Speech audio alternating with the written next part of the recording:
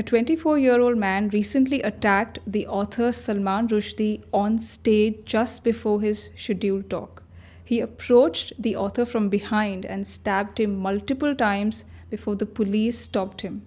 And this incident is being viewed as a horrifying attack on free expression.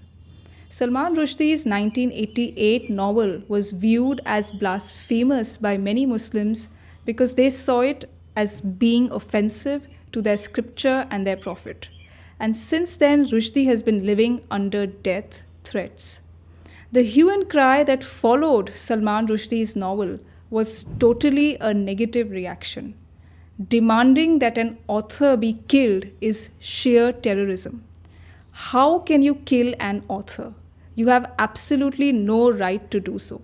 If you disagree with him, you can publish a book in reply to his. But killing him by believing that he's a criminal and justifying your deed as a pious act is the worst possible crime in God's eyes. Islam recognizes the right to peacefully communicate your ideas in speech and in writing. There are absolutely no curbs on disseminating your ideas. Moreover, Islam does not even require the author to take into consideration the sentiments of his audience.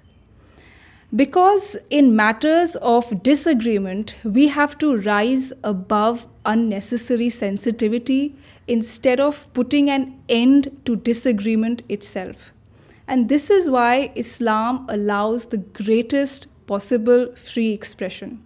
Neither criticism, nor dissent, nor offensive language are punishable crimes.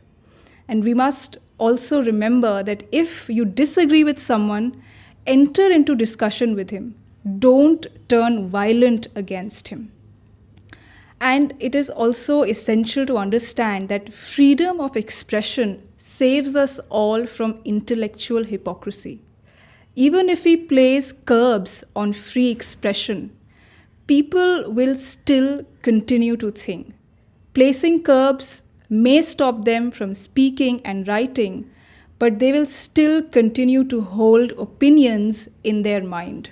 So freedom of expression saves us from such hypocrisy.